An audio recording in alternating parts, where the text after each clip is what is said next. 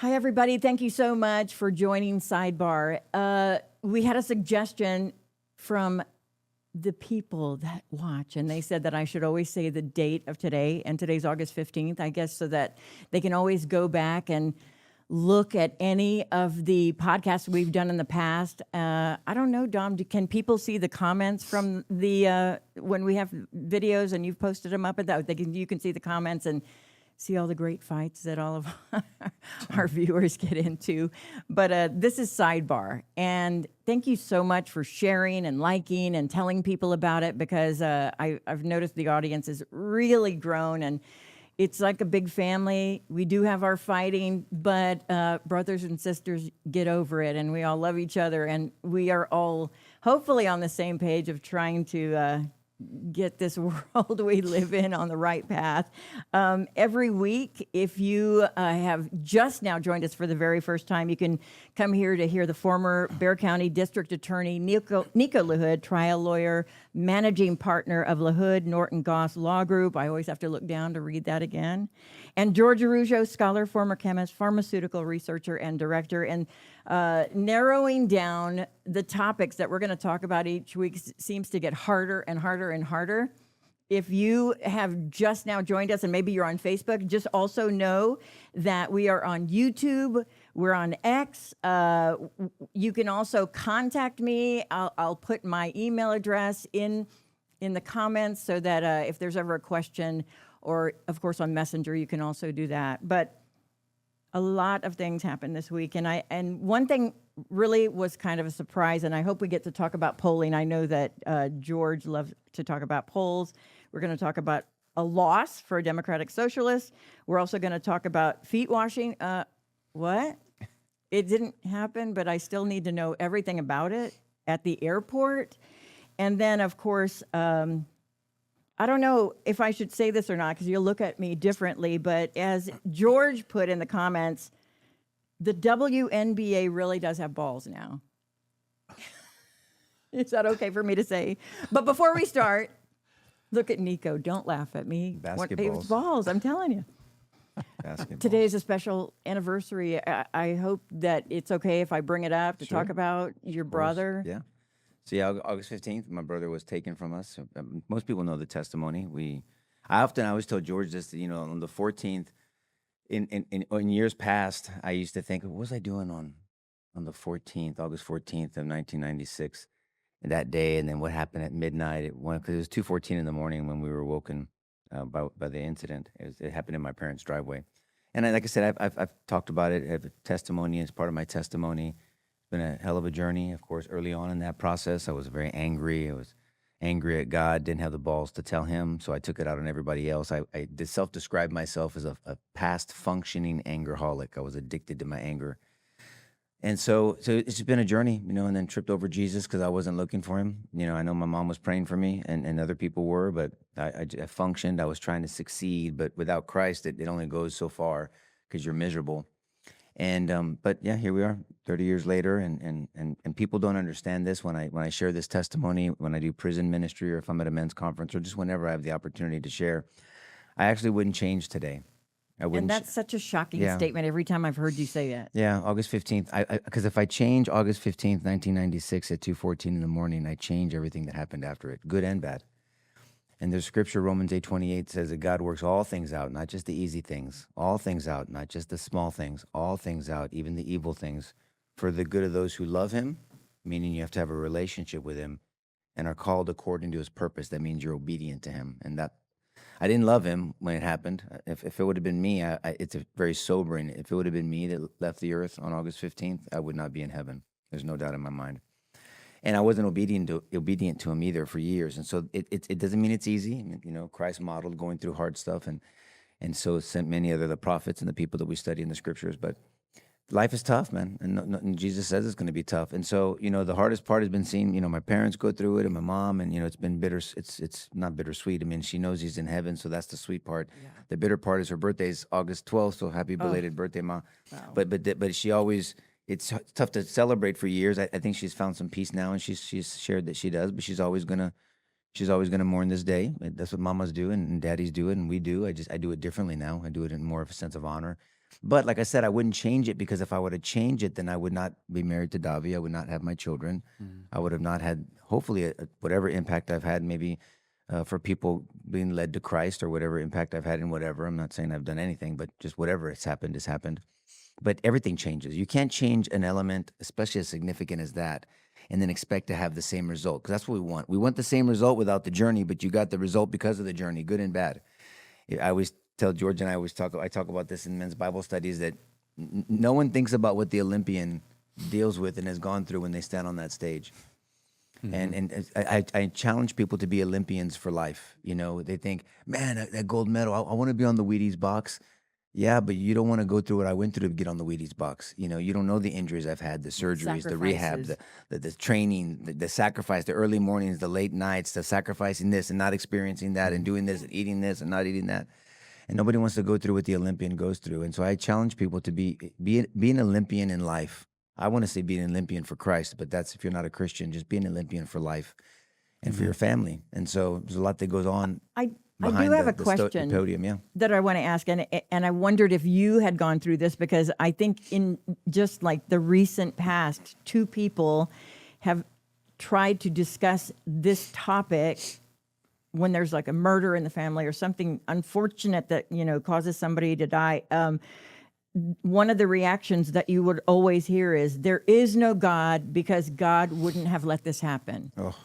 That's a whole, I know that's a big podcast. topic. Well, no, but it's a whole podcast George and I have talked about. Yeah. If God is so good, why does he allow evil to happen? And then you have to define what evil is and how God can use it. And you have to ask yourself logically, is it possible that God could use this incident, whatever it is, for good? Is it even possible? And if the answer is yes, then you have to understand what God's motive is for the most amount of people to come to the saving knowledge of Jesus Christ. And for me, I don't know where I'd be if Mike didn't pass away on August 15th. I really don't. I may be dead, or I probably was going to be in prison the way I was making stupid shit decisions. And then think about it. So if I don't go on the journey that God has me on, then anyone that I've affected in my life leading up to this moment, including Davi, she'd be somewhere else. She'd be married to someone else, or maybe she would have passed away for some reason, been somewhere else where my kids wouldn't be born, their friendships wouldn't have been established. I mean, think about the ripple effect of things. So that's a big topic. I mean, if somebody wants us to talk about it, we can dissect it on R-Rated Christianity, because we have in the past. Never gets old. No. Never gets old. And it's the issue. It's most people that reject the idea of God is like, well, if he's so good, but then they're using the definition of good that God sets to hold him accountable and to, you know, to indict him on it. So they use God's definition to indict God on what good is, which is interesting. And Nico's arguing from the positive side, meaning had those things not happened, look at all the good ultimately now that you're sitting this far removed. Right. I mean, it's hard when you're in the middle of that kind of grief. It is. But now that you're this far removed, you can see how those things kind of led to a cascade of very positive things. For me, what did it many, many years ago was looking at it from the negative side. Is it possible that in this happening that God prevented more horrible things from happening? It's true. In other words, there's no evidence to suggest that the alternative wouldn't have led to a greater amount of evil. And so nobody wants to think about that, because the evil that they've experienced is so grievous and so horrible and horrific. The last thing, there's just no bandwidth to consider those things. But then when you're far removed, you can can do a more reasonable assessment. And the reality is, this is why we're not God. God has that constant wide lens views on reality 24 hours a day, 7 days a week, because he is God. Eternally. And we're not. And you know, and for me, even though I did not, I mean, for 10 years, I was stuck in the prism of unforgiveness. And if you would have mentioned this conversation to me within 10 years, I probably would have taken you out. You know, I was so angry. I was explosive. I had an open wound that everybody was touching. Everything reminded me of him. And so that's a great point that you bring that out. And for me, even though I wasn't saved back then, I remember thinking, I saw the pain in my parents from a distance. I was going through my own hell, but I was watching them from a distance. And I didn't go to counseling and all that shit. I thought it was too machismo for that. And, you know, but I remember thinking I can't let them go through this again. So it checked my behaviors. I mean, because it's not like I turned my life around. I was just stuck in anger, but it checked my behavior. I said, God, there's no way. I mean, I say this all the time. Yeah. I mean, and I've seen this in my profession and in my personal life. There's something unique about a mom's cry. I've never heard it. Nothing compares to it. I've seen daddies cry. I love my children more than you can even fathom. I know you do too, George, and Karen, I know you do. But but you know, I tell people often, you couldn't blink your eye fast enough before I would give my life for my children, or take a life for my children, and I wouldn't even lose a wink of sleep Same. over it. But there's something inherently, I believe, God-givenly special about a mommy's love for her child, and I've heard many moms cry in my profession, unfortunately, and there's nothing like it. It'll pierce your soul. I saw it, like I said, in many cases I've handled, and in my mom that evening. So, you know, she had a birthday, so the August 12th. You know, she loves the Lord. She loves her grandchildren. Been very healing for her. Gives her purpose. She loves my pop. For some reason, I'm joking. But and she loves Mark and I, and you know, she's proud of Mark, and she's there for him, and proud of me, and she's always been there for us without complaining. Do you find similarities between your mom and your wife? No, I'm joking. No.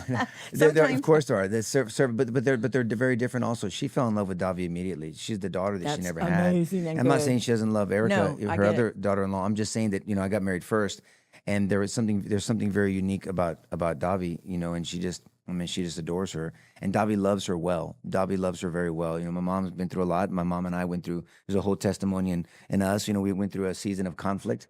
And you know, we're great now, more than great. But Davi was kind of a catalyst. You know, you can imagine, of dealing with a mom that was mourning that her sons really never comforted her. I mean, I didn't give my mom grace, and I've told her that, and she's heard me say that before, which, you know, is terrible, because you can't give what you don't have. I didn't have it for myself. How can I give it to my mom? So there's many stories here and lessons that I think the Lord has used, and so that's why when you look at it from a Romans 8:28 analysis, biblically, and then practically as well. And then where we're at now, and why I say I would not change it. Of course, what I've loved to go on this journey and keep it exactly the same way, and shared it with my brother. Of course, I miss him dearly. I mean, we grew up together. 2 years apart. Kind of the sort of two-edged side of grief, right? Because it may catch your attention, and so now you're learning lessons you normally wouldn't have learned. So as much as you hate grief and suffering and loss, I mean, it fine-tunes your mind and your heart. It makes you more attentive to the things that matter. And all the time that we waste fretting, I think is the word the Bible uses. It does use the word fretting, you know, just in this constant state of anxiety over things that have no eternal value. Yeah. And so it checks, you know, it kind of brings things in. Hopefully it does. Some people it doesn't. Yeah, that's a good point. It could also lead you the other way. This is a joke, but it's not a joke. But for the last several weeks, when we saw win after win after win of these, and I shouldn't say that too many times, but Democrat socialists getting into office, I was like, where is God? Can God help us? Can God save us? And then someone lost. Francesca Hong lost, even though all the polls, every single poll said she was like 20 points ahead.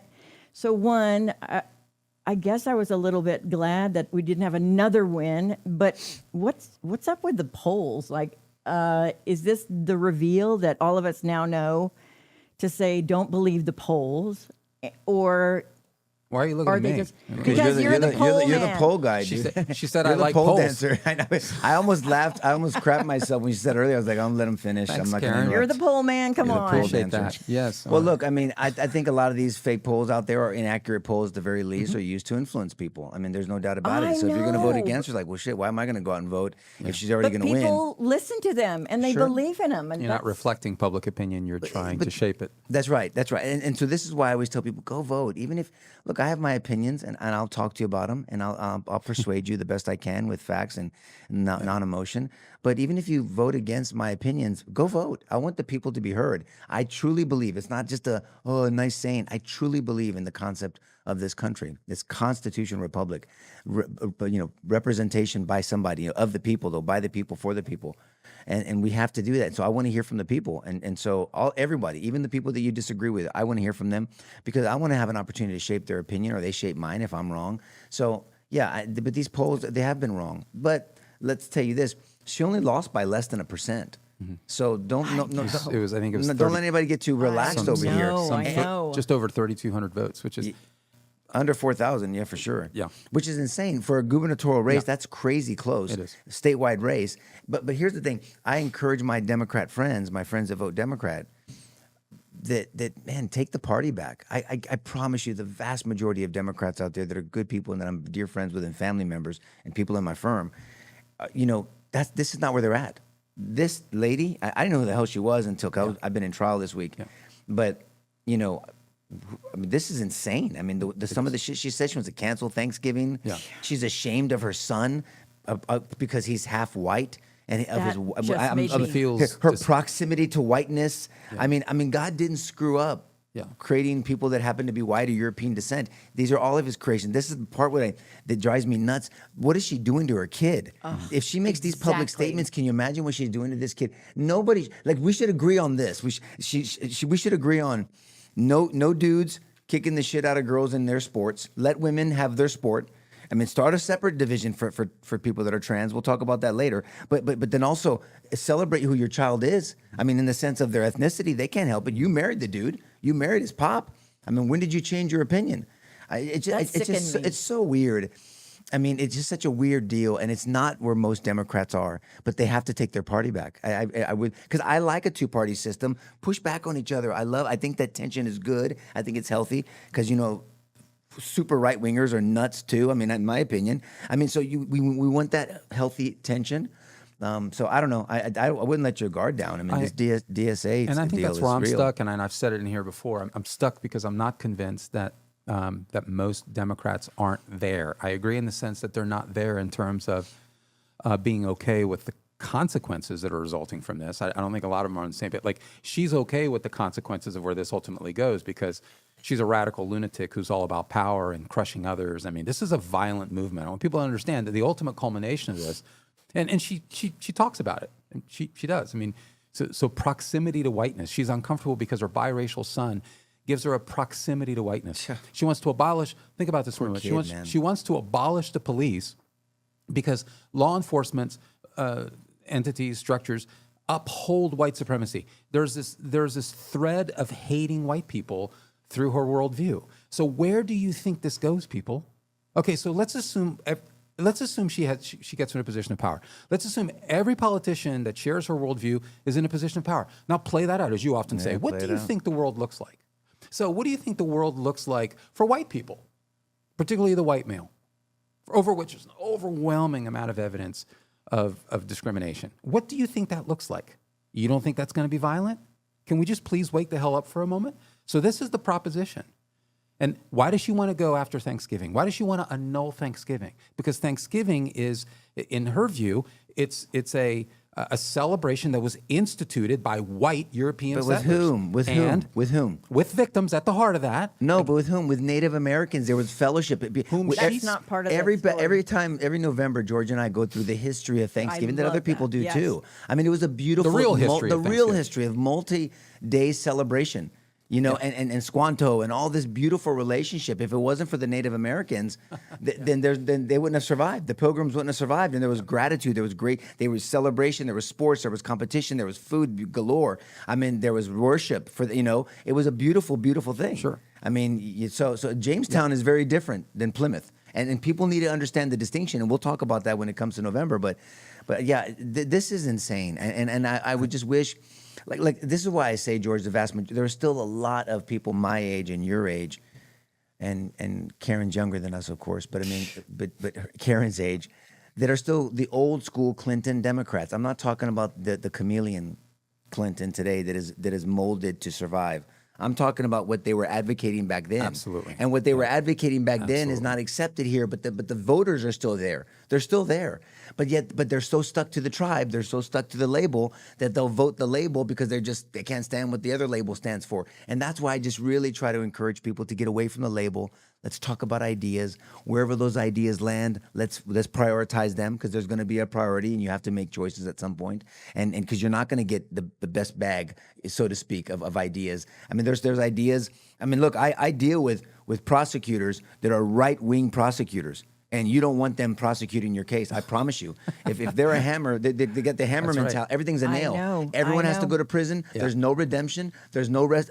There's nothing. You cannot reconcile yourself back to society on non-violent offenses. I mean, I promise you, as much as you say, yeah, the opposition of the Soros DA, which the Soros DA sucks, is a right-wing DA. No, they don't, because then you're going to prison for something you shouldn't, instead of restoring you back to society. So all I'm saying is, let's talk about ideas, and then let's really come together and talk. And on that basis, you're not going to find, in my view, like I hear Republicans and a lot of pundits a lot of content about how this is a big win and for conservatism in the sense that she lost.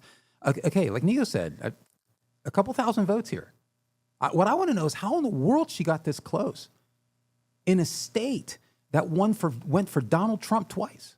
Yeah, I want to understand that. We better. This is not some sort of landslide by David Crowley, and that's who won, by the way. He's now the Democratic nominee for governor, a former Milwaukee commissioner, I believe. But listen to this guy's ideas. He was asked to differentiate himself between her, and there's not much difference. The one thing he could come up with was data centers. She wants to put a moratorium on data centers, and he doesn't. Okay, that's it. What about this white privilege crap and this white supremacy nonsense and annulling Thanksgiving and getting rid of the Senate and abolishing the police? What about that? No, he didn't go there. Yeah. It's the data centers. But it's not that he believes that. He's just reading the tea leaves. He's reading the room. And that's a concession that he knows that's where the Democrat Party's going. This is my concern. I wish more of the John Fettermans, if Tulsi really wanted to stay and if Bobby really wanted to stay on the Democrat side, take the party back. Bobby tried. Bobby tried to be the standard bearer moving forward, and he was rejected. I went back because I didn't really know much about this guy. I went back to just see where his ideas, to get back to your point, are sort of lining up. I'm not seeing a huge. It's basically a selection between ultra nuttiness and nuttiness. That's what we're picking from here. And so what got us here? What got us here is that the basic ideology, the pursuit of power, which is at the root of Democrat politics, has suffused all the politicians.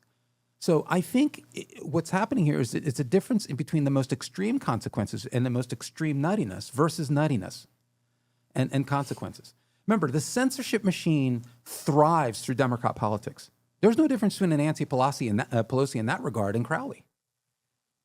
They believe in stifling the views of people who are in opposition to them.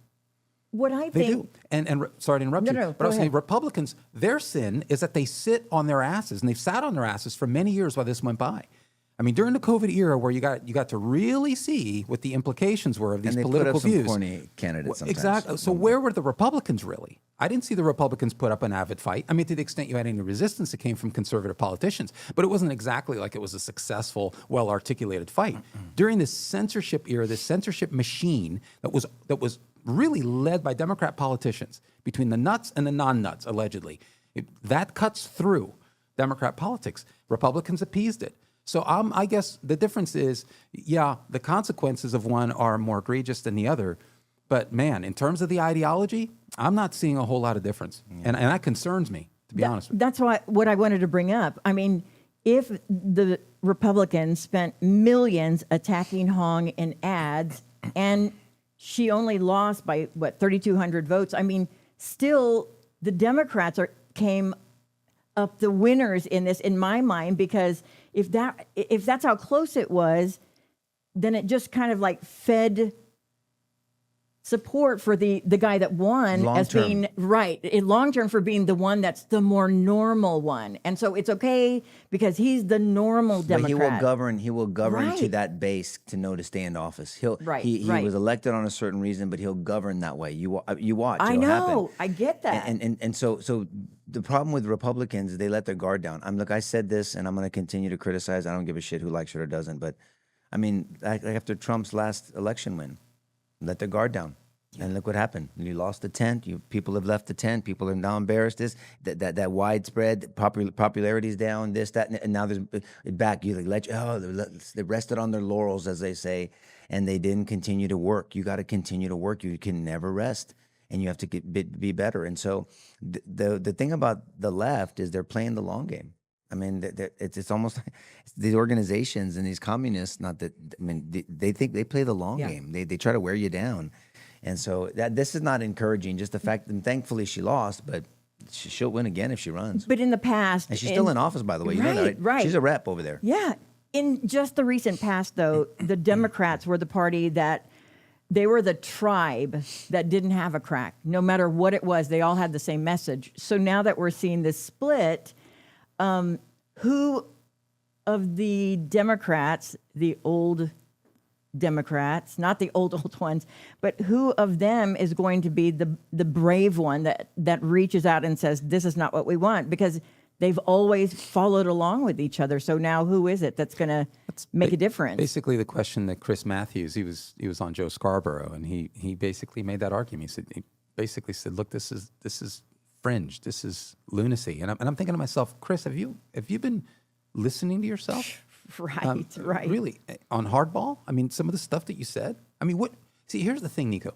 It's advocating for a set of ideas without taking inventory about the implications of those ideas in terms of policy. Right. Never. This is childish. The politics at the heart of the Democrat Party for many years, it's just childishness. You want what you want because it feels good. You get to feel good about yourself, and it's incredibly self-centered. Obviously, not every Democrat. I'm talking about the guiding, basic sort of thrust at the heart of Democrat politics is very self-oriented and self-serving. These victimization politics, it's like you need a victim. You need a victim constantly. In every policy, there's a victim at the heart of it. Why? Because you get to feel good about yourself. You're saving the world. You're helping someone. At the end of the day, you're not realizing that all you're doing is enabling in a worldview that keeps people in that state. And how in the world does that help human beings? So I think there's this kind of childishness, even as Chris Matthews was kind of jumping out of his skin, because I think he's retired from hardball. Was he retired or was he let go? Good question. But it sounded like that a big retirement send-off for him, so good point. But it's like, have you never really thought about what the implications and consequences would be to your worldview? How do you think we got here, Chris? You know, it's unbelievable to me. So now he's railing against the machine. But he's been creating the machine. I agree, but I'd rather have him rail against it than just keep quiet. So we'll take it. We'll take it. Everybody keeps mentioning Fetterman as the one that can lead that, I guess, drive to get back to a normal Democrat Party. But I don't know why. I just don't see that. Like, I don't see him with the fire. I think there's more out there than people think, but then we have to encourage people. I think a Bill Maher could help too. I think a Fetterman can do it as well. I think a Tulsi and Bobby could go and say, this is why we left. Because Bobby's not officially a Republican. He's an independent. I don't know if Tulsi's a Republican. But I mean, you can make this move and talk about it. Maybe this is the time that if people don't feel comfortable going to the Republican Party or voting. I mean, like when people say, oh, you're Republican, I vote that way. I vote ideas that are accepted more in the Republican platform than the Democrat platform. But maybe this is the time to move for an independent party, a true independent party. I don't know.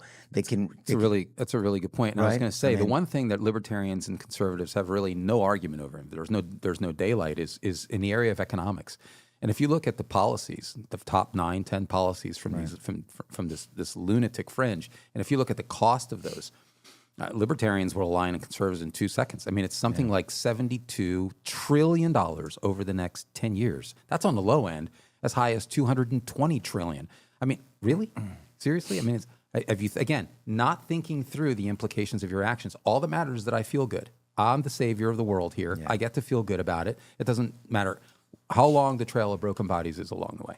So I'm actually going to read an Alamo Talk comment. Okay. He said, to be fair, neither side has any new ideas. Republicans can keep trying to govern the future while still living in the past. Well, I mean, that's a point taken. I'm in half a total agreement with that, and I'm agnostic on the second side of that, because I agree that, first of all, I think we have infinitely better policies. The problem is who's articulating them right now. Right. So we're coming up the midterms, Alamo Talk, and I agree. Who's out there championing the policies of conservatism that I think, by the way, work very, very well? No one. So it doesn't matter what great policies you have. If nobody's fighting for them, nobody articulate them, it'll be a great secret. So, well, but under today's standard, policies of conservatism were advocated by Joe Biden in the past, were advocated by Bill Clinton in the past, were advocated by Hillary Clinton in the past, and even Obama before he got into office and how he governed. They were those. So when you talk about policies of conservatism, to be a conservative means you're just trying to hold together. What are you trying to hold together? Well, park at the one that you said was the number one issue for you, the idea of open borders. And I would ask Alamo Talk that. So, because I bet. Well, let's give people the context, right? You've met him. I've had lunch with him. Yes, and he reasonable, sensible, very reasonable, very sensible. Does Alamo Talk listens. want open borders? I don't know if we talked about that, but he might be a conservative in 2 seconds. He can make a comment. I would venture to say no, he doesn't. Okay. But let's let him comment for himself. But all I'm saying is Bill Clinton, to give context, said that. We always talk about the 1995 State of the Union address, and Democrats were championing no open borders back. They were the voice of it. You had a president, President Clinton, that said the greatest threat to this country is open borders, illegal immigration. He was right. He was right then. This is my point. That was an idea in 95 that was advocated by the president who happened to be in the Democrat Party. And that idea holds true. Now, Trump advocates it and people think it's ridiculous. Well, no, but it was an idea that Clinton advocated. You're not going to separate yourself because of the argument of the effect on our economy, the effect on our deficit, and the effect on our safety. All those things Bill Clinton was advocating, so was Trump. Now, it may be more palatable with Clinton. It was more accepted because the rules of engagement were different back then. Nobody was, and believe it or not, you can find it yourself. Hillary Clinton and even Joe Biden and Obama, everybody, they were arguing against birthright citizenship. Interesting. They were arguing Hillary Clinton on the floor of the New York Senate, represented at the time. She was a senator for New York, was advocating for the marriage between man and woman. Hillary Clinton, you can find the video.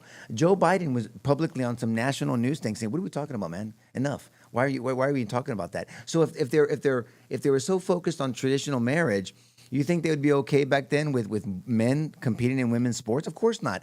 We had a foundation. Is my point. We had rules of we'll argue about this stuff, but man, we're all on the same page on this. Commonalities that made America America. That made our culture a certain way, and the reason is the other people that normally would say yes to that, because of the tribalism, because they just want my enemy's enemy's my friend, they'll agree and they compromise, and then you raise your kids a different way because you're not advocating the principles that you grew up in. That's how this virus continues. But when it comes to today and things like that are mentioned to some of these candidates like Hong, who said, they should get rid of Thanksgiving, get rid of the police, blah, blah, blah. She said something to the effect of that those tweets were just silly jokes and that she didn't mean it. And even Tallarico is going back on things because now everything's on video and now people get to see it and bring it up. But can things like that be dismissed as just a silly joke or I didn't mean it? Well, since we're talking about tweets, can I share my favorite tweet from her? Quote, from Francesca Hong. Oh. "I'm doing a 6-course dinner inspired by menstruation alongside my friends Autumn and Kel. There will be booze, too. Come hang." That's my personal favorite. Anyone else? What the fuck? What are you saying? What is that language? Is that? Say it again. This is read it again, this please. is Francesca Hong. Quote, "I'm doing a 6-course dinner," because she's a chef. Oh, okay, I didn't know that. Okay. Yeah. And Dom, I think she wants to celebrate Catamenia. Look that up. Catamenia. But anyway, she says, "I'm doing a 6-course dinner inspired by menstruation." By menstruation? Menstruation. What the hell is that? What's Your that? period. Menstruation, like a menstrual cycle. Menstruation. Menstrual cycle. Yes. I mean, like a period. Yeah. Okay, go ahead. I don't know what the hell you're saying. Keep going. Go ahead. That's the word, menstruation. Okay. "I'm doing a 6-course dinner inspired by menstruation alongside my friends Autumn and Kel." Are those real people? I guess. Okay, go. Keep going. "There will be booze, too." Booze, like drinking. Yeah. Okay. Come hang. Okay. And Come that could hang. mean come hang. Come hang. Come a hang? Come hang. Come C-O-M-E? hang. C-O-M-E. Hang. I don't know what the hell that means. What does that mean? Come hang out. Come hang. Well, I got that, but I mean, Look, I What is realize this? that. No thanks. No thanks. This is what I mean. It's like, what the fuck she's talking about? But seriously, can we please have a serious candidate? I mean, is it too much to ask for? Well, I mean, since we were talking about tweets, I don't mean to derail the train here, but this is what we're talking about. But look, this is not a bug. It's a feature. Not too far over at the same time, somebody won by 20 points. What's her name? Penny Flanagan. She calls herself. She's almost as crazy as is that chick. the Chris Farley chick? The one that sounds like Chris Farley? I got to hear her. I haven't. No, seen I read this one. the stuff. I didn't hear her talk. Oh, okay. I read what she said. Okay. And she's claims to be a proud member of the Ojibwe tribe, Chippewa. She claims to ethnically be there? Claims to be a part of the indigenous people. And of course, indigenous people can't possibly be wrong at any time about anything ever. I mean, there's no greater honor than to be an indigenous person. So don't forget that. These intersectional politics are very, very important. Catamenia. Oh, I'm sorry. We'll back down. We'll talk, Nico. I don't believe in borders. You don't. I didn't. It was surprising me, but at the same time, I believe in the safety. Well, man, that's weird, buddy. We have to talk about that. I don't believe in borders. That's like saying I don't believe in fences around my property or doors locked in my house, but I believe in safety. Then how do you propose that? The thing is, though, I'm assuming he's going to say drones and this and that. Well, then borders are critical. You can never keep up with all of that. So. I remember telling a prof in high school that I like the security part and safety. That I wanted to be a psychologist, but the only problem is I hate people, and so I didn't know how to bridge those two. And he says you might want to consider something else. Consider chemistry. Be a chemist. You don't have to talk to anybody. Yeah, I don't understand. It's sort of like being a married bachelor, but. All right, fair so enough. We'll work on that. Everybody celebrated when they put baby changing stations in bathrooms at airports. But I want to know about these foot washing stations that they were talking about. I mean, I don't think it's going to happen, but can you please? Well, I don't know. I mean, it's supposed to be funded by private money. Correct, Supposedly. but So what it is in Islamic religion, foot washing station. you have these wudu, I think it's wudu foot washing ceremonies that before they pray, they have to wash their hands, their arms, their face, their feet. And so what they were doing, I've never seen it. Not that I travel a lot, so maybe somebody can chime in. But I guess they were just washing their feet in the regular sinks and then doing what they're doing. Look, I mean, Yes. it's more, to me, I think it's more of a power move. I mean, I have very strong feelings about the ideology of Islam, not about Muslims. That's why you'll never hear me talk about Muslims. But the ideas, again, I dig down into ideas. And then you think to yourself, what accommodations have been made for Christians or Hindus or Buddhists or anything else? I mean, so it's once again this exacting control and this power move that under in the DFW area, hey, you better be careful. That's Dearborn, Michigan territory now. I mean, there's a lot of people talking about what's going on up in North Dallas.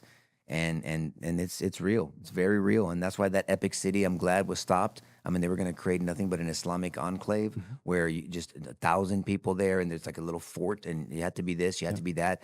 I mean, this is it. Look, guys, again, for the Alamo Talks, for everybody, we've got to understand what we're dealing with here. Yeah. You've got to look at patterns. You have to look at history. This has been played out before. No one has to wonder or guess or whatever. And when Islamic law and ideas are implemented into a society, how does that society function? I have 2 daughters. Women's lib. I mean, God loves women. I mean, obviously, we need them to procreate, regardless of what people think. I don't want women covered up. Because the man can't control his loins, and the reason why they have to cover up is because then if not, then he's going to have his way with her, including little girls. What are you saying? That you're such an animal that you can't control yourself? You have to cover a woman up head to toe, and that they don't get. I mean, you've seen pictures of these couples and these families where the man is at the beach with the child, and the woman is wading in water, holding up her whatever, and then only her eyes in the sun. I've seen that. How is that? How is anybody okay with that? Portaransas. How? Because that's where it goes. Oh, that doesn't happen. Go study an Islamic country. Understand Sharia law. Whether I believe in God's prescription to society, but I support in the sense of the Constitution allows, marches, pride parade, whatever, as long as it's not, sexual and things of that nature. But how many pride parades are in Islamic countries? 0. I'll just save you the Google. It's 0. And how are they treated? And how many of them? I'm just telling you, this is not a recipe for freedom. It's not. So just because conservatives and dare I say Christians are pushing back on this Islamic push and educating people, don't just side with it because you don't like the conservative Christian. That's all I'm saying. Yeah. Let's get the playing field right so we can go back to debating other stuff. But this is not it. This is not conducive for the Western culture and for a constitutional republic. It's not. We've played that experiment before. We can give you a list of broken countries where they used to be maybe not Christian, but just at least agnostic and not Islamic, and now they're lost to it from things like Syria, Morocco, Afghanistan, Jordan, Egypt. All of these were not Islamic countries in the past, but because of stuff like this, exacting power, force at some point when they have enough momentum, then this is what happens. And again, I'm not talking about people. I'm talking about ideology. So how did it get so far as to it even being a thing? Like, what happens if it wasn't in the news? It is a thing already. I mean, and Greg Abbott has just weighed in the last 24 hours. Right, what did he say? Right. I didn't see it. That it's not going to happen. Quote, government-owned airports cannot favor one religion over all others.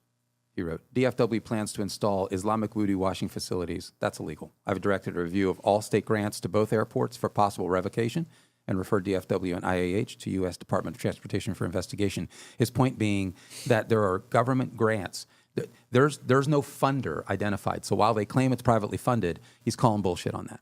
Yeah, but see, this only happens unless, but if there was a governor that was Democrat, this would 100%. happen. Right. Ideas have consequences, yeah. and the carriers of those ideas are not all created equal. No. So I'm glad he's weighed in because I think it's a legitimate argument. This isn't about I'm against Islam. That's not the argument. If Tallarico was governor, this would happen. This would 100%. This would be wonderful, and it would be totally miraculously constitutional, even though it isn't. So Abbott is simply weighing and saying that there's a grant system at play here that funds a lot of operations and a lot of construction facilities at airports. And so he's wanting an investigation of this because the private funder hasn't been identified. Miraculously, by the way, the price tag has dropped from $300,000 to $115,000. Overnight, $185,000 discount, interestingly enough. So not only has it become miraculously cheaper, but it's also very questionable it's going to happen, only because I think he weighed in and because I do believe that this won't stand. To Nico's question, where's the accommodation? Where's the accommodation? Look, I've been to DFW many, many times. And what I've noticed is that you go into these chapels, and that's what's there right now. There is, quote unquote, an interfaith chapel. Christians don't even get a cross. They used to, not anymore. So now at DFW, but who's taking over those chapels? Exactly. Yeah, so you go into no other religion. So it's quote unquote interfaith. But I have seen Muslim prayer rugs. There's little closets and cabinets with a bunch of Muslim prayer rugs in there. So there's accommodations that are being made. This is not abnormal. This has happened plenty of times in European countries. If you look at European countries right now, they're farther ahead in terms of the Islamic conquest cycle. The first step, and I believe, Nico, we are in the first step right now. We're seeing this. There's a strategic alignment between Islamic forces or Islamic activists, like the Council on American and Islamic Relations, and political views that overlap in their objectives under the banner, in this particular case, of diversity, equity, and inclusion. So this is all under inclusion. See, this is all being done because we want to be an inclusive society. But under that recipe, they include to exclude. That's the problem. It's kind of like a quid pro quo. Okay, we'll include you, but we're going to exclude you. And that's where this ultimately goes. And so what's happening is at some point, there's a building of political clout. Nico's already pointed out Dearborn, Michigan is farther along. The country isn't, but Dearborn, Michigan is a great experiment to see where the next stage is. Because what happens is political clout is established. And now you move from this idea of alignment to enforcement.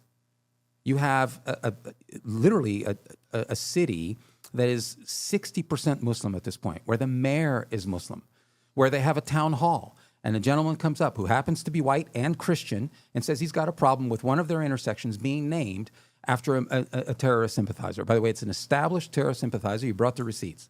What was he told? I know you're from here, but we don't want you here, and we want you to leave. They told him to get his ass out of town. And I'll celebrate. I'll celebrate when you leave. And you're not welcome here. So. And they play the morning chant, even though it was against city ordinance, on the main square. The Ayaan. Yep. The what? The Ayaan. The Ayaan. Yes. And so this is my point. Mamdani, the same thing. So and I don't know where all these groups are that are anti-religion, separation of church and state. Those same groups that spew that shit against Christianity, they don't do that against Islam. Why? Because they're on the same side. My enemy's enemy is my friend. But as soon as that they, quote unquote, a team gets rid of the Christian, they're screwed. They're next. 100%. And that's exactly the recipe. You remember that crazy dude from Minneapolis, the mayor from Minneapolis, Jacob Fry. So about in 2023, he and his council voted to allow the Ayaan. But here's the thing. From 3:30 in the morning to 11 a.m., 5 times. Do you think it would be okay for church bells to be ringing loudly through a city at 3:30 in the morning? How about the Lord's Prayer? How about we say the Lord's Prayer? It wouldn't happen, right? Well, first of all, there's more history and there's more precedent for that because this is a Christian nation. I don't care what anyone. We'll have another show on that. Doesn't mean you have to be a Christian, but I'm just telling you, there's plenty of evidence to support that. Yes. And the ideology that our founding fathers thought of, just the Mayflower Compact, tells you that initially. So all that to say is, we need to have these discussions. We need to talk about it. We need to do it reasonably and sensibly. And we have to think about the next 30, 40 years. I'm serious. I mean, and at this rate, it won't even be that long. We're talking of over 4,000 mosques in the United States right now. That's not funny. So this is about gaining. These are power centers that aid activists and friendly politicians in gaining institutional footholds. And once that happens, then what? Because the ultimate here is dominance. Yes, it's strategic alignment. You find overlaps with a friendly party, i.e. the Democrat Party, under the banner of inclusion. Who doesn't want to be inclusive? Come on, right? Pretty soon you move from that, and now you're in enforcing. You have enough clout that you're enforcing things. You have politicians in power, and in the ultimate stage is you move from enforcement to dominance. Now it's not so democratic anymore. And interesting, ironically, is that the people who help them get there in the name of inclusion are the first to be discarded. Yeah, that's exactly right. That's what happens. People need to think this through. Yeah. We're not being conspiratorial. We're not just bloviating out of nothing. There's tons of historical. I mean, look at all the senators and the representatives of the traditional Democrat Party that have been booted in primaries. They're not being supported. They're done. If Pelosi ran again, she'd lose probably. That's a good point. I mean, think about this. It's a takeover. It's a complete takeover. I mean, I'm telling you, I tell this story all the time. When I was in office, I was the district attorney. I went to a Northwest Democrat meeting, I think, and I was just giving an update. I wasn't running for anything. I wasn't running for re-election at that time. It was just an update. I wanted to be involved. I went to something at Lion and Rose as well. I went everywhere. Whoever invited me, I went, right? And so I remember that they were introducing the groups, and they were all Democrat there. And this young dude was there. Happened to be a white guy, but he was like, we're here for, he said his name, whatever, Democrat of whatever, because I was looking at my notes, and he goes, and we're here for a hostile takeover of the Democrat Party. I mean, everyone's ass cheeks went like, what? And I looked up, I was with Chris, and I honestly said, what the F did he say? I said, what did he say? And he goes, did he say what I said? And everybody's like nervous, and the host, the older lady, she's like, okay, thank you. Man, I would have taken his nuts. I would have said, what did you say? But not here, Jack. Then you can leave if you want to. You can stay or not, but you're not doing that here in this town. And then he asked me, he's the one that asked me the question whether I supported people that could marry someone that was young. And I mean, you mean pedophilia? Well, many people don't believe it's pedophilia. What do they call it? Younger person attractions or whatever they say it is. I don't know. They come with some bullshit to justify pedophilia. And I said, not while I'm DA. I said, no. Are you talking about like a 16-year-old get permission from their parents because they're going to the military, whatever? No, I'm talking about, it's like, I don't know what I said. I said something pretty harsh, but I walked out of there telling Chris, I said, Chris, this is a problem. You watch. And sure enough, man, you saw it spreading all over. It was everywhere. But the snowball effect is what is scaring me the most, because that was less than 10 years ago. I don't see that. I don't see it stopping. I don't see anybody. It seems the snowball is growing bigger, yet the fight against it is just now starting. No, and what's happening is they use laws, and there's precedent that's happening in the United Kingdom right now, which is concerning. They use laws, and they use those laws to gain footholds and to work within those laws. So there's an Arbitration Act of 1996 in the United Kingdom, and so now there's a Muslim arbitration tribunal that was founded 11 years later. And it's used to found or to support Sharia councils in places like London and Birmingham and Manchester and so forth. And these Sharia councils are basically a parallel justice system where they're arbitrating on all kinds of issues. I mean, from family disputes to inheritance claims.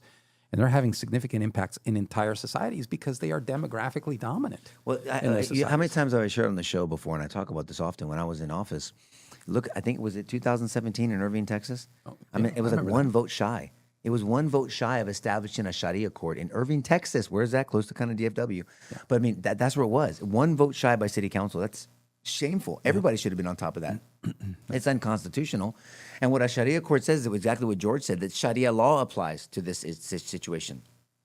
And even with insubordination and abuse, so it could delve into the criminal justice center system, because if somebody has a justifiable use of force against the spouse for insubordination, say, which Sharia says is allowed, and you can, I mean, who's okay with that? I mean, let's just forget about labeling the idea. I would ask Alamo Talk, and I would ask anybody else in Alamo Talk, whether you want to believe it or not. He claims his faith in Christianity, and I believe him, and I've sat with him. We've prayed together before we ate. But when you think about this, who's okay with that?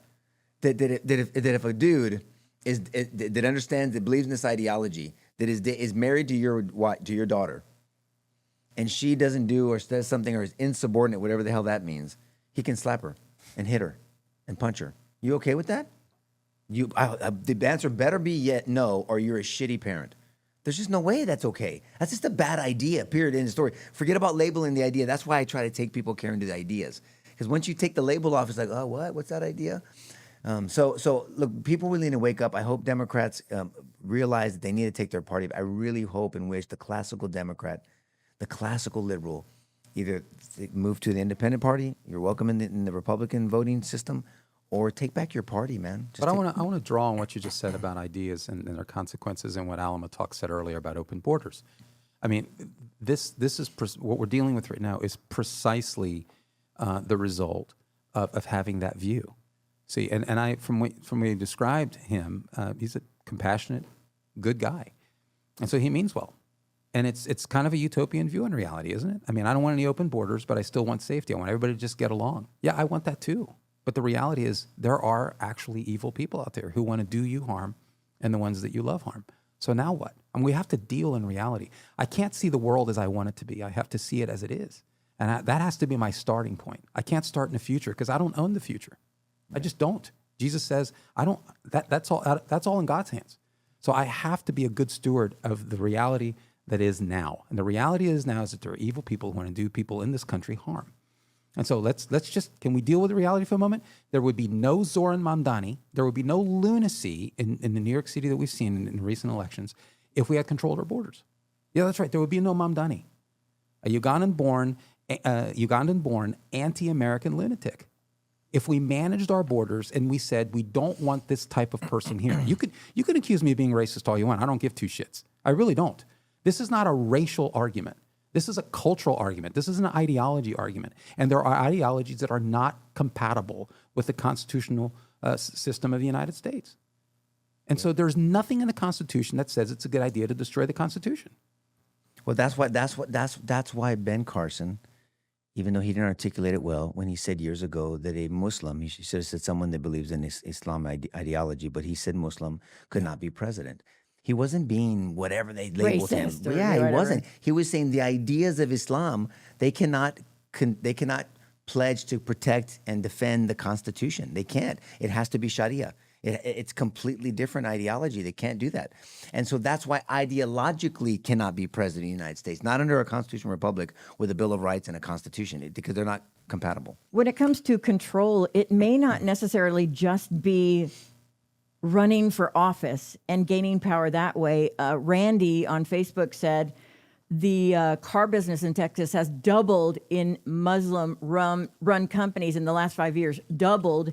And it has something to do with them knowing how to get around the law and licensing. Like they'll all be under one license, and then when that one gets ruined, they'll put it in another name. I mean, that's how we all learned about the fraud that the Somalians were doing in Minnesota.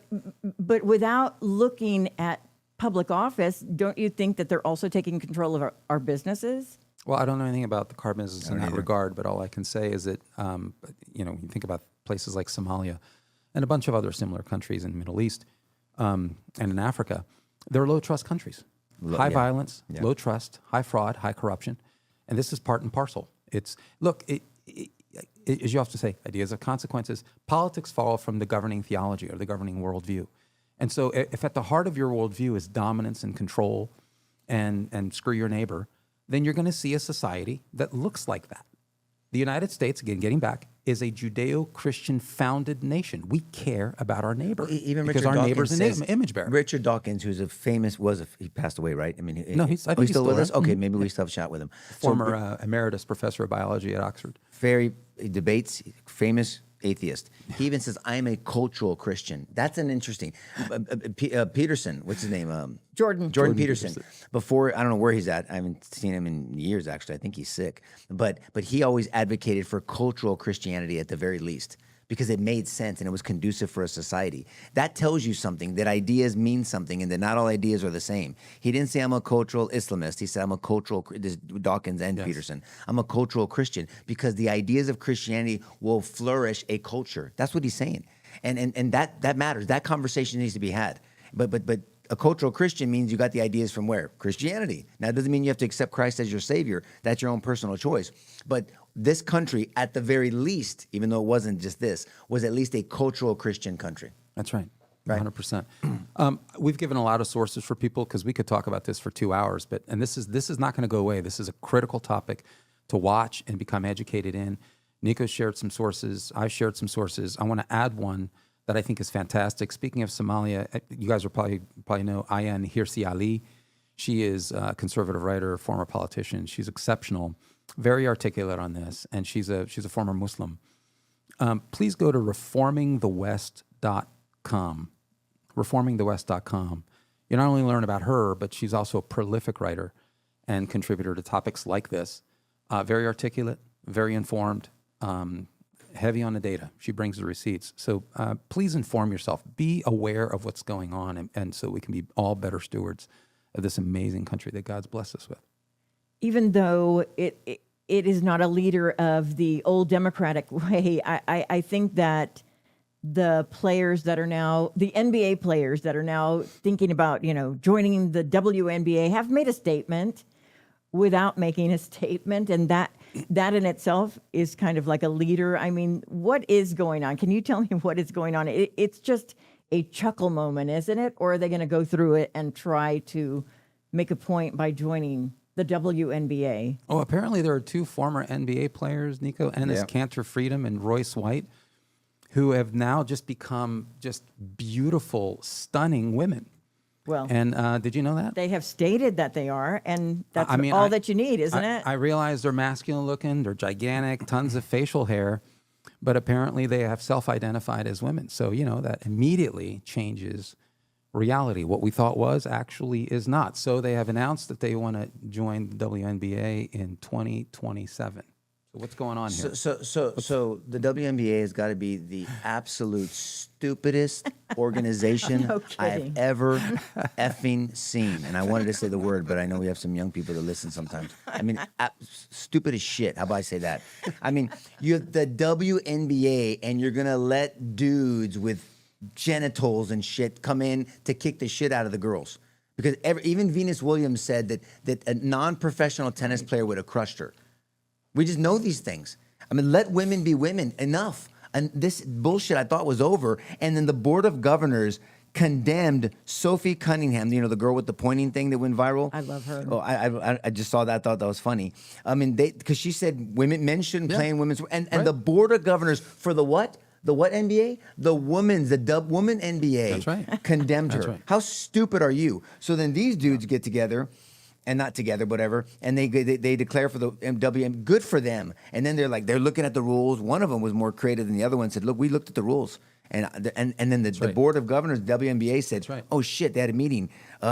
There's no way we can stop them." So what do they say? Their intentions are not honest. And who determines whose intentions are honest? Right. You think that dude with the package and they looked. Man. What's that dude's name that swam against the women? That Riley Gaines got. Oh my popular? gosh, William. Oh my gosh. I know. Sorry, Yeah. Somebody say it in the comments. I can't Do you know how remember either. ridiculous that guy looked? The guy with the shark fin. Go ahead. But he looked ridiculous. He's standing in a female bathing suit. Idiot. Yeah. With his package. I mean, and just think, oh, I'm just so proud to win this University of woman. Pennsylvania, yeah. We lost our minds. Everyone agreed on this before. Now, if someone's dealing with truly with that condition, then I sympathize with them. I want to get them help. Maybe they don't think they need help. Create another organization for them. Do another division, but do not cheat women out of their sport. That was the whole women's suffrage movement in the Leah past. Thomas. Leah Thomas, not Leah, whatever his name is, whatever. Something, a male Thomas. No, it was William. It was William, Thomas, William yes. Thomas. Bill. Yeah. And he's still a dude. Yeah. I don't know whatever happened to him, but my point is, this is insane. He was breaking all their records. This is stupid. So they have to say, well, they don't have good intentions. I hope that they go into that NBA and WNBA and kick the shit out of it. too. And you're not hurt the I women, do too. but just break their records. And they're now what you're doing is now you're screwing out the Caitlin Clarks and all the people they're talented women, and let them flourish their talent. But who happen to be white and have unpopular positions or viewpoints. Certainly Sophie Cunningham. Look, let's just face it, this is a predominantly black, nothing wrong with that, but also predominantly lesbo. Yeah, that's right. league, which, by the way, is funded almost entirely by the NBA. Yes. No. So where's I the know. NBA in all this? know. That's what I want to know, since the guys are former NBA players. But I just want to peel back here. The pushback them, is man. the Good for them. and they've this is what they wanted. They wanted the pushback is ridiculous, because think about it. If your worldview says you can't know, in fact, they met on Wednesday. Leaders of the organization, Nico and so forth, met to talk about what a woman is. And they emerged ambiguous. They don't know. This is just this Wednesday. So the meeting ended up with... Let's have a meeting to find out what a woman is. Instead of Right, clarity on the obvious, they came out and retaliated against these guys, saying it's a mockery. Now think about It's a mockery. But think about the hypocrisy. So if you are not believing what they say because it's not genuine, then what you're actually admitting is that you can lie about your identity. Yeah. Yes. That's good. I mean, whether you like it or not. Yep. So Well, that's what I'm saying. Who determines whose intentions are legit or not? And what's the criteria? And here's the other elephant in the middle of the room. The other elephant in the room is that Elephant trunk. there are I knew you were going to What? say that. I was knew trying. It. That's the I knew elephant I was trunk trying in to the get middle of through the it. room. I thought you were trying to say that. I was trying to get through it, and I Okay, know go in the but it's okay. knew. Sorry. That's okay. I'll try again. Childish. It's very childish. The, and the it's other funny. issue is not just that you can lie about your identity, but there are objective differences. If these guys were objectively women, we wouldn't be having this conversation. The only reason we have, because there's objective differences, are obviously male. Yes. That's the point. One, you can lie about your identity, and to your gender, your sex is an objective, immutable fact. This lunacy has to stop. And I think that if they continue to double down on this hypocrisy, I think you'll see eventually the dissolution of this ridiculous double. By the way, it loses money every year. It lost $40 million in 2024. Every single year, it's in the red. What exactly is the point? Well, of this and then farce? Caitlin Clark was doing great for that, but then no one supports her, protects her. I just can't stand when people have ethnicity as a division. It just drives me batshit crazy. It really, really does. Did you see the recent furor about the foul? Yeah. Oh, I yeah. didn't see the That- response Sophie to it. Cunningham's she's running down for a layup, and then Dejanay Carrington. Again, the everything that everybody sees. So Sophie Cunningham couldn't be any whiter. She's as white as snow. Okay, and so you have Dejanay Carrington, who's a tall, talented black woman, goes up and wraps her arm around her neck and it's a basically clothesline. sacks her to the ground. It's a clothesline. Yeah. So she was fine. She was ejected, and she goes to social media and blames it on white privilege. And Sophie Cunningham says, I didn't say anything about whiteness or white privilege. I didn't say anything about that at all, frankly. And in fact, all of this is payback simply because she said she didn't want men in women's sports and didn't want men in women's private But see, spaces the, like locker the irony rooms. is who's the lady that happened to be black that clotheslined her? What's her name? Dejanay Carrington. Dejanay. So Dejanay, when those dudes with their elephant trunks come in, they're going to kick the shit out of you and you're going to be out of a job. The irony, this is the point you were trying to make earlier. This is the irony. My enemy's enemy's my friend for a period of time so I can get them out of my way, and then, oh shit, then it gets turned on me. That's what's going to happen. Dejanay would be out of that league. If more of these dudes come in and take over the WNBA as men, she's gone. No woman is that good. I'm sorry. Even Caitlin Clark, as talented as she is, she wouldn't last, and she'll tell you that. That's why they have their own organization, and they should flourish it and protect it. Women should be protected. Period. Who was the guy that put up $10 million to have the WNBA, the best team in the WNBA, go up against a boys top tier high school team? Yeah. Trying to remember, but yeah, that's been done before with soccer, and that didn't end well. So against the women's Olympic soccer team, which is another travesty. But anyway, this again, we always come back to worldview. I realize these are political manifestations, but we come back to worldview because if all you do is bitch about the politics, you won't change anything. You got to go back to the worldview. Period. You got to change the way you think.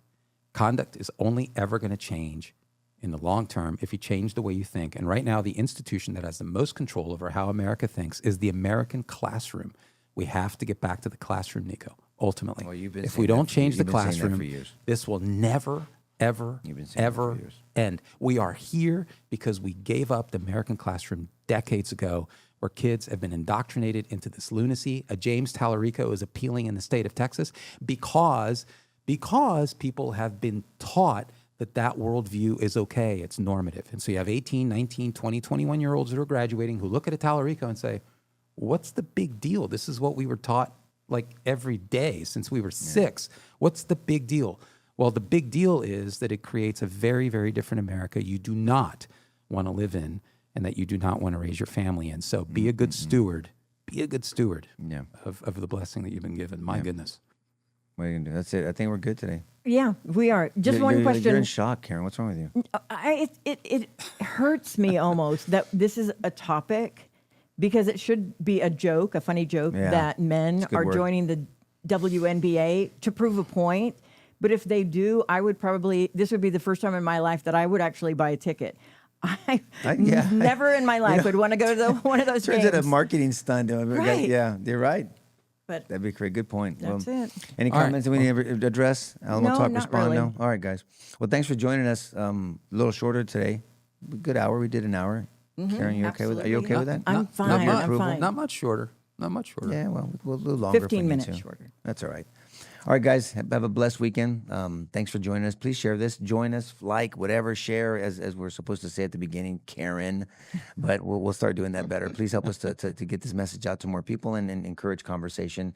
You leave your comments. We'll try to look at them and respond if we can. Have a blessed weekend. God bless you guys. Bye-bye.